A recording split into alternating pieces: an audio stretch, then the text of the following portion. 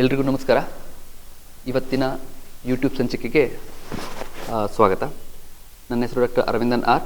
ನಾನೊಬ್ಬ ಕ್ಯಾನ್ಸರ್ ಶಸ್ತ್ರಚಿಕಿತ್ಸಕ.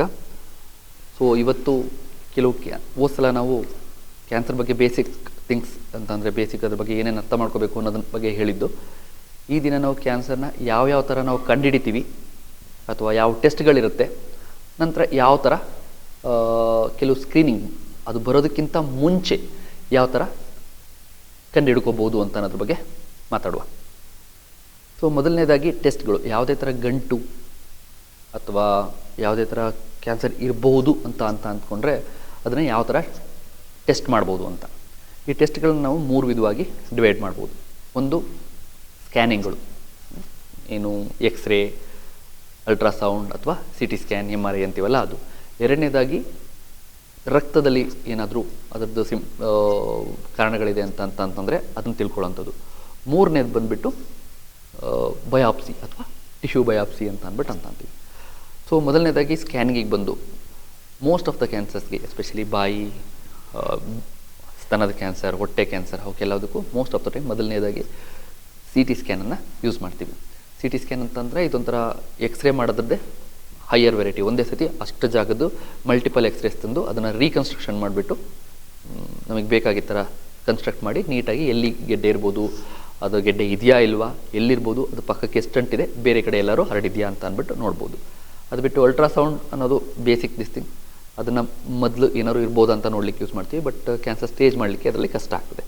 ಎರಡನೇದಾಗಿ ಬಂದು ಮ್ಯಾಮೋಗ್ರಾಮ್, ಎಸ್ಪೆಷಲಿ ಬ್ರೆಸ್ಟ್ ಕ್ಯಾನ್ಸರ್ಗೆ ಎಕ್ಸ್ರೇಗಿಂತ ಸ್ವಲ್ಪ ರೇಡಿಯೇಷನ್ಸ್ ಜಾಸ್ತಿ ಇರುತ್ತೆ, ಬಟ್ CT ಸ್ಕ್ಯಾನ್ಗಿಂತ ರೇಡಿಯೇಷನ್ಸ್ ಕಮ್ಮಿ ಇರುತ್ತೆ. ವೋಲ್ಟೇಜನ್ನ ಚೇಂಜ್ ಮಾಡಿ ಸ್ತನನ ಕಂಪ್ರೆಸ್ ಅಂದರೆ ಪ್ರೆಸ್ ಮಾಡಿಬಿಟ್ಟು 2 ಅಥವಾ ಜಾಸ್ತಿ ಹೆಚ್ಚು ಬೇಕಷ್ಟು ವೀವಲ್ಲಿ ನೋಡುವಂಥದ್ದು. ಇದನ್ನು ಮ್ಯಾಮೋಗ್ರಾಮ್ ಅಂತೀವಿ. ಇದರಲ್ಲಿ ತುಂಬ ಚಿಕ್ಕದಿದ್ದು ಸಹ ಈವನ್ ರಾಗಿ ಕಾಳಷ್ಟು ಗಾತ್ರದ ಚಿಕ್ಕ ಟ್ಯೂಮರ್ಗಳನ್ನು ಸಹ ಕಂಡುಹಿಡಿಬೋದು. ಸೊ ಇದೊಂದು ಸ್ಕ್ರೀನಿಂಗ್ ಮೊಡಾಲಿಟಿ ಅಂತ ಅಂತೀವಿ. ಕ್ಯಾನ್ಸರ್ ಅದು ಸ್ಟೇಜ್ 1ಗೆ ಬರೋದಕ್ಕಿಂತ ಮುಂಚೆ ಏನು ಚಿಕ್ಕ ಗಾತ್ರ ಇರುತ್ತೆ ಅದನ್ನು ಕೂಡ ಕಂಡುಹಿಡಿಬೋದಾಗಿರುತ್ತೆ. ಇನ್ನು ಕೆಲವೊಂದು ಕ್ಯಾನ್ಸರ್ಗಳಿಗೆ, ಎಸ್ಪೆಷಲಿ ನಾವು ಗಂಟ್ಲು ಕ್ಯಾನ್ಸರ್ಗೆ, ಮೋಷನ್ ಜಾಗದ ಗುದದ್ವಾರದ ಕ್ಯಾನ್ಸರ್ಗೆ ಮತ್ತು ಗರ್ಭಕೋಶದ ತುಟಿ ಕ್ಯಾನ್ಸರ್ಗಳಿಗೆ MRI ಸ್ಕ್ಯಾನಿಂಗ್ ಅಂತ ಮಾಡ್ತೀವಿ. ಇದು ಒಂಥರ CT ಸ್ಕ್ಯಾನ್ ಥರನೇ ನೆಕ್ಸ್ಟ್ ಲೆವೆಲ್. ಅದಾದ ಮೇಲೆ ಇವಾಗ ಎಲ್ಲರೂ ಕೇಳ್ತಾ ಇರೋದು ಪೆಟ್ ಸ್ಕ್ಯಾನ್ ಅಂತ ಅಂದ್ಬಿಟ್ಟು. ಪೆಟ್ ಸ್ಕ್ಯಾನ್ ಬೇಕೇ ಬೇಕಾ, ಕಾಸ್ಟ್ಲಿ ಇರುತ್ತೆ ಅಂದ್ಬಿಟ್ಟು. ಪೆಟ್ ಸ್ಕ್ಯಾನ್ ಅಂತಂದರೆ ಇಟ್ಸ್ ನಥಿಂಗ್ ಬಟ್ ಮಾಮೂಲಿ CT ಸ್ಕ್ಯಾನ್ ಏನಿರುತ್ತೆ, ಮಾಮೂಲಿ CT ಸ್ಕ್ಯಾನೇ. ಅದ್ರ ಜೊತೆಗೆ ಕ್ಯಾನ್ಸರ್ ಸೆಲ್ಗಳು ಜಾಸ್ತಿ ತಗೋಬೋದಾಗಿರೋಂಥ ಕೆಲವು ಅಂಶಗಳನ್ನು ಇಂಜೆಕ್ಷನ್ ಮೂಲಕ ಕೊಟ್ಟು ಕ್ಯಾನ್ಸರ್ ಅದನ್ನು ಮಾತ್ರ ತೊಗೊಳುತ್ತೆ. ಸೊ ಹಂಗಾಗಿ ಮಾಮೂಲಿ CT ಸ್ಕ್ಯಾನ್ಗಿಂತ ಐಡೆಂಟಿಫೈ ಮಾಡೋದು ಅಂದರೆ ಕಂಡುಹಿಡಿಯೋ ಚಾನ್ಸಸ್ ಜಾಸ್ತಿ.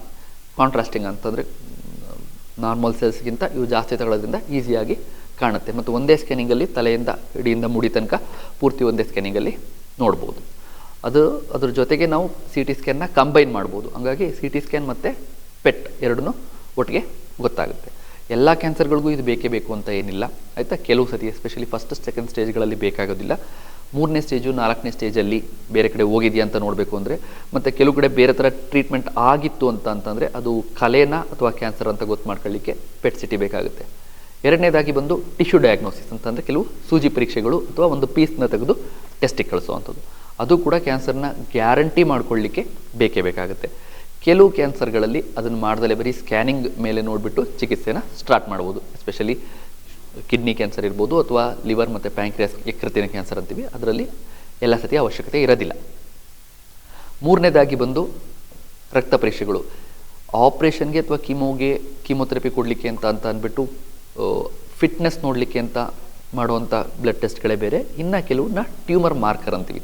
ಈ ಟ್ಯೂಮರ್ ಮಾರ್ಕರ್ಗಳು ಅಂತಂದರೆ ಪರ್ಟಿಕ್ಯುಲರ್ ಟೈಪ್ ಆಫ್ ಕ್ಯಾನ್ಸರ್ ಇದ್ದವ್ರಿಗೆ ರಕ್ತದಲ್ಲಿ ಆ ಅಂಶಗಳು ಜಾಸ್ತಿ ಆಗುತ್ತೆ ಅಂತಂದರೆ, ಹೊಟ್ಟೆ ಕ್ಯಾನ್ಸರ್ಗೆ ಇರ್ಬೋದು, ಈಗ ಕರಳಿನ ಓವರಿ ಅಂತ ಅಂತೀವಿ, ಅಂಡಕೋಶದ ಕ್ಯಾನ್ಸರ್, ಅದರಲ್ಲಿ CA-125 ಅನ್ನೋದು ಜಾಸ್ತಿ ಆಗುತ್ತೆ. ಇನ್ನು ಕರಳಿನ ಕ್ಯಾನ್ಸರ್ಗಳಲ್ಲಿ CEA ಅಂತ ಅನ್ನೋದು ಜಾಸ್ತಿ ಆಗುತ್ತೆ. ಇನ್ನು ಲಿವರ್ ಮತ್ತು ಯಕೃತ್ ಕ್ಯಾನ್ಸರ್ಗಳಲ್ಲಿ AFP ಅನ್ನೋದಿರ್ಬೋದು ಅಥವಾ CA-99 ಅಂತ ಅನ್ನೋದಿರ್ಬೋದು. ಪ್ರೋಸ್ಟೇಟ್ ಕ್ಯಾನ್ಸರಲ್ಲಿ PSA, ಪ್ರೋಸ್ಟೇಟ್ ಸ್ಪೆಸಿಫಿಕ್ ಆ್ಯಂಟಿಜನ್ ಅಂತ ಅನ್ನೋದು. ಈ ಅಂಶಗಳು ಜಾಸ್ತಿ ಆಗುತ್ತೆ. ಇವು ನಮಗೆ ಕ್ಯಾನ್ಸರ್ ಇದೆಯಾ ಇಲ್ವಾ ಅನ್ನೋದು ಗೊತ್ತು ಮಾಡ್ಕೊಳ್ಳೋದು ಮತ್ತು ಚಿಕಿತ್ಸೆ ಆದಮೇಲೆ ಹೋಗಿದೆಯಾ ಇಲ್ವಾ ಅಂತ ಅಂದ್ಕೊಂಡು ಫಾಲೋ ಅಪ್ ಮಾಡಲಿಕ್ಕೆ ಹೆಲ್ಪ್ ಮಾಡ್ತದೆ. ಇದಾದಮೇಲೆ ನಾನೀಗ ಒಂದೆರಡು ಮಾತು ಸ್ಕ್ರೀನಿಂಗ್ ಬಗ್ಗೆ ಹೇಳಬೇಕು ಅಂತಂದರೆ, ಸ್ಕ್ರೀನಿಂಗ್ ಅಂತಂದರೆ ಏನು ಅಂದರೆ ನಾರ್ಮಲ್ ಆಗಿ ಇರುವಂಥ ಯಾವುದೇ ಸಿಂಪ್ಟಮ್ ಇಲ್ಲದೆ ಇರುವಂಥವ್ರಿಗೆ ಏನಾದರೂ ಕ್ಯಾನ್ಸರ್ ಇದೆಯಾ ಅಂತ ಚೆಕ್ ಮಾಡುವಂಥದ್ದು. ಸೊ ಈಗ ಸದ್ಯಕ್ಕೆ ಎಲ್ಲ ಕ್ಯಾನ್ಸರ್ಗಳನ್ನು ನಾವು ಈ ಥರ ಸ್ಕ್ರೀನಿಂಗಲ್ಲಿ ಗೊತ್ತು ಮಾಡ್ಕೊಳಕ್ಕೆ ಆಗಲ್ಲ. ಒಂದು.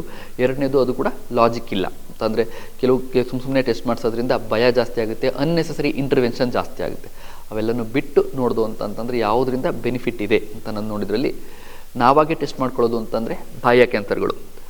ಅಟ್ಲೀಸ್ಟ್ 6 ತಿಂಗಳಿಗೆ ಒಂದು ಸತಿ ಕನ್ನಡಿ ಮುಂದೆ ನಾವೇ ನಿಂತ್ಕೊಂಡು ತುಟಿ ಒಳಗಡಿನ ಭಾಗ, ನಾಲ್ಗೆ, ಚೀಕ್ ಇದರ ಒಳಗಡಿನ ಭಾಗ ಎಲ್ಲನೂ ಕೂಡ ಕನ್ನಡಿ ಮುಂದೆ ಒಳ್ಳೆ ಟಾರ್ಚ್ ಇಟ್ಕೊಂಡು ಅಥವಾ ಸೂರ್ಯನ ಬೆಳಕಲ್ಲಿ ನೋಡ್ಕೋಬೇಕು. ಅದರಿಂದ ಯಾವುದೇ ಥರ ಅನ್ಯೂಶುವಲ್ ಆಗಿ ಹೊಸ ಗಂಟೆಗಳನ್ನು ಕಂಡುಹಿಡಿಬೋದು. ಎರಡನೇದಾಗಿ ಹೇಳಬೇಕು ಅಂತಂದರೆ breast cancer, breast self examination ಅಂತ ಅಂತೀವಿ. ಸೊ ಮುಟ್ಟಾದ 1 ವಾರದ ನಂತರ ಅಂತ ಅಂದರೆ ಬ್ರೆಸ್ಟ್ ಸಾಫ್ಟ್ ಇರಬೇಕು. ಆ ಟೈಮಲ್ಲಿ ಕೈ ಬೆರಳಿನ ತುದಿಯಿಂದ, ಸೊ ಎಲ್ಲ ಕ್ವಾಡ್ರೆಂಟ್ 10 ಗಂಟೆ, 11 ಗಂಟೆ, 12 ಗಂಟೆ ಈ ಥರ ಎಲ್ಲ ಕ್ವಾಡ್ರೆಂಟಲ್ಲೂ ಮತ್ತು ಮಧ್ಯದಿಂದ ಮೇಲ್ಗಡೆಗೆ ಪೂರ್ತಿನ ಪ್ರೆಸ್ ಮಾಡಿ ನೋಡ್ಕೋಬೇಕು. ಯಾಕೆಂತಂದರೆ ಯಾವುದೇ ಡಾಕ್ಟ್ರುಗಳಿಗೆ, ಯಾವುದೇ ಸಿಸ್ಟರ್ಗಳಿಗೆ ಗೊತ್ತಾಗೋದಕ್ಕಿಂತ ನಮ್ಮ ಬಾಡಿ ಬಗ್ಗೆ ನಮಗೆ ಗೊತ್ತಿರುತ್ತೆ ಚೆನ್ನಾಗಿ. ಆದ್ದರಿಂದ ಸೊ ಈಸಿಯಾಗಿ ಏನೇ ಚೇಂಜಸ್ ಇದ್ದರೂ, ಹೊಸದಾಗಿ ಗಂಟೆಗಳಿದ್ರೂ ಕೂಡ ಕಂಡುಹಿಡಿಬೋದು. ಮತ್ತು ತೊಟ್ಟಿಂದ ಏನಾದರೂ ರಕ್ತ ಥರ ಬರ್ತಾ ಇದೆಯಾ ಅಂತ ನನ್ನ ನೋಡ್ಕೋಬೇಕು. ನೆಕ್ಸ್ಟ್ ಬಂದುಬಿಟ್ಟು ಕಂಕ್ಳಲ್ಲಿ ಏನಾದರೂ ಗಂಟಿದಾವ ಅಂತ ನೋಡ್ಕೋಬೋದು. ಆಯಿತಾ? ಅದು ಬಂದು ನಾವು ಟೆಸ್ಟಿಂಗ್ಗಳಲ್ಲಿ ಗೊತ್ತು ಮಾಡ್ಕೊಳ್ಳೋಂಥದ್ದಂತಂದರೆ ಹೆಂಗಸರಿಗೆ ಮ್ಯಾಮೋಗ್ರಾಮ್ ಅಂತ. ಸೊ ಬೇರೆ ಬೇರೆ ದೇಶದಲ್ಲಿ ಬೇರೆ ಬೇರೆ ರೆಕಮೆಂಡೇಷನ್ಸ್ ಇದೆ. ಬಟ್ ನಮ್ಮ ದೇಶದಲ್ಲಿ ನಾವು ಫಾಲೋ ಮಾಡೋದೇನು ಅಂತಂದರೆ 50 ವರ್ಷದ ನಂತರ ಪ್ರತಿ 2 ವರ್ಷಕ್ಕೊಮ್ಮೆ ಈ ಮ್ಯಾಮೋಗ್ರಾಮ್, ಡಿಜಿಟಲ್ ಮ್ಯಾಮೋಗ್ರಾಮ್ ಮಾಡಿಸೋದ್ರಿಂದ ಚಿಕ್ಕ ಚಿಕ್ಕ ಗಂಟುಗಳಿದ್ರೂ ಕೂಡ ಕಂಡುಹಿಡ್ಬೋದು. ಎಲ್ಲರಿಗೂ ಬೇಕಾ? ಎಸ್, ಎಲ್ಲ ಹೆಂಗಸರಿಗೂ 50 ವರ್ಷದ ನಂತರ ಬೇಕು. ಯಾರಿಗಾದ್ರೂ ಫ್ಯಾಮಿಲಿ ಹಿಸ್ಟ್ರಿ ಇತ್ತು ಅಂತ ಅಂದರೆ 45 ವರ್ಷದ ನಂತರ ಮಾಡಿಸ್ಕೊಳ್ಳೋದು ಒಳ್ಳೆಯದು. ಅದರಲ್ಲಿ ಏನಾದ್ರು ಕಂಡುಹಿಡಿದ್ರೆ ಮುಂದೆ ನೋಡ್ಕೋಬೋದು ಏನು ಮಾಡ್ಬೋದು ಅಂತ. ಎರಡನೇದಾಗಿ ಬಂದು ಗರ್ಭಕೋಶದ ಕ್ಯಾನ್ಸರ್, ಗರ್ಭಕೋಶದ ತುಟಿ ಅಂತ ಅಂತೀವಲ್ಲ, ಅದರ ಕ್ಯಾನ್ಸರ್.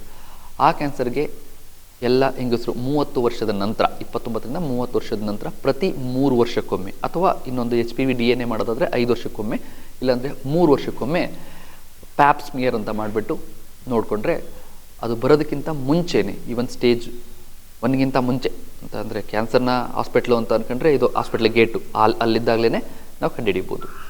ಅದು ಬಿಟ್ಟು ಕೆಲವು ಕರಳಿನ ಕ್ಯಾನ್ಸರ್ ಮತ್ತು ಅನ್ನನಾಳದ ಕ್ಯಾನ್ಸರ್, ಹೊಟ್ಟೆ ಕ್ಯಾನ್ಸರ್ಗಳಿಗೆ ಎಂಡೋಸ್ಕೋಪಿ ಅಂತ ಅಂದ್ಬಿಟ್ಟು 50 ವರ್ಷದ ನಂತರ ಬಾಯಿ ಮೂಲಕ ಒಂದು ಕ್ಯಾಮ್ರಾ ಹಾಕಿ ನೋಡೋದನ್ನ ಅಪ್ಪರ್ ಜೈಸ್ಕೋಪಿ ಅಥವಾ ಎಂಡೋಸ್ಕೋಪಿ ಅಂತೀವಿ. ಅದನ್ನು ನೋಡೋದ್ರಿಂದ ಅನ್ನನಾಳ ಮತ್ತು ಹೊಟ್ಟೆ ಕ್ಯಾನ್ಸರ್ಗಳನ್ನ ಕಂಡುಹಿಡಿಬೋದು.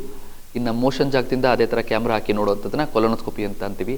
ಪ್ರತಿ 10 ವರ್ಷಕ್ಕೊಮ್ಮೆ ಅದನ್ನು ಮಾಡಿಸಿದ್ರೂ ಸಾಕು 50 ವರ್ಷದ ನಂತರ, ಎಸ್ಪೆಷಲಿ ಫ್ಯಾಮಿಲಿ ಹಿಸ್ಟ್ರಿ ಇದ್ದರೆ. ಇನ್ನು ಅದನ್ನು ಬಿಟ್ಟು ತುಂಬ ಬೀಡಿ ಸಿಗರೇಟ್ ಸೇದೋರಾಯಿತು ಅಂತಂದರೆ ಲೋಡೋ CT, ನಿಮಗೆಲ್ಲ ಕೋವಿಡ್ ಟೈಮ್ ನೆನಪಿರ್ಬೋದು. ಕೋವಿಡ್ ಟೈಮಲ್ಲಿ ನಾವೇನು CT ಸ್ಕ್ಯಾನ್ ಮಾಡಿಸ್ತಿದ್ದೋ ಆ ಥರದೇ ಒಂದು ಸ್ಕ್ರೀನಿಂಗ್ CT ಅಥವಾ ಲೋಡೋ CT ಅಂತ ಇರುತ್ತೆ. ಲೋಡೋ CT ಮಾಡಿಸೋದ್ರಿಂದ ಶ್ವಾಸಕೋಶದ ಕ್ಯಾನ್ಸರ್ಗಳನ್ನು ಕೂಡ ಮುಂಚಿನ ಸ್ಟೇಜಿನಲ್ಲೇ ಕಂಡುಹಿಡಿಬೋದು. ಇನ್ನು ಉಳಿದಿದ್ದು ಒಂದು ಗಂಡಸರಿಗೆ ಅಂತ ಅಂತಂದರೆ ಒಂದು PSA ಅಂತ ಅಂದ್ಬಿಟ್ಟು, ಪ್ರೋಸ್ಟೇಟ್ ಸ್ಪೆಸಿಫಿಕ್ ಆ್ಯಂಟಿಜನ್ ಅಂತ ಅನ್ನೋ ಒಂದು ರಕ್ತ ಟೆಸ್ಟನ್ನು 50ರಿಂದ 60 ವರ್ಷದ ನಂತರ ವರ್ಷಕ್ಕೊಂದ್ಸಲ ಮಾಡಿಸೋದ್ರಿಂದ ಪ್ರೋಸ್ಟೇಟ್ ಕ್ಯಾನ್ಸರನ್ನು ಕಂಡುಹಿಡಿಬೋದು. ಅದು ಬಿಟ್ಟು ಯಾರಿಗಾದ್ರು ತುಂಬ ಮಚ್ಚೆಗಳಿತ್ತು ಅಂತ ಅಂದರೆ ಅವರು ಫೋಟೋ ತೆಗೆದಿಟ್ಕೋಬೇಕು. ಮತ್ತು ಪ್ರತಿ 6 ವರ್ಷ ಅಂದರೆ ವರ್ಷಕ್ಕೊಂದ್ಸಲ ಡಾಕ್ಟ್ರಿಗೆ ತೋರಿಸೋದು, ಮತ್ತು ಅವರೇ ಅದನ್ನು ಎಕ್ಸಾಮಿನ್ ಮಾಡ್ಕೋತಾ ಇರಬೇಕು. ಒಳ್ಳೆ ಸನ್ಲೈಟಲ್ಲಿ ಏನಾದರೂ ಚೇಂಜಸ್ ಇದೆಯಾ, ರೆಡ್ನೆಸ್ ಇದೆಯಾ, ಕಟ್ತಾ ಇದೆಯಾ ಅಂತ ಅನ್ನೋದನ್ನ ನೋಡ್ಕೊಳ್ಳೋದ್ರಿಂದ ಮೆಲನೋಮಾ ಅಂತ ಅನ್ನೋದನ್ನು ಮುಂಚಿನ ಸ್ಟೇಜಲ್ಲೇ ಕಂಡುಹಿಡಿಬೋದು.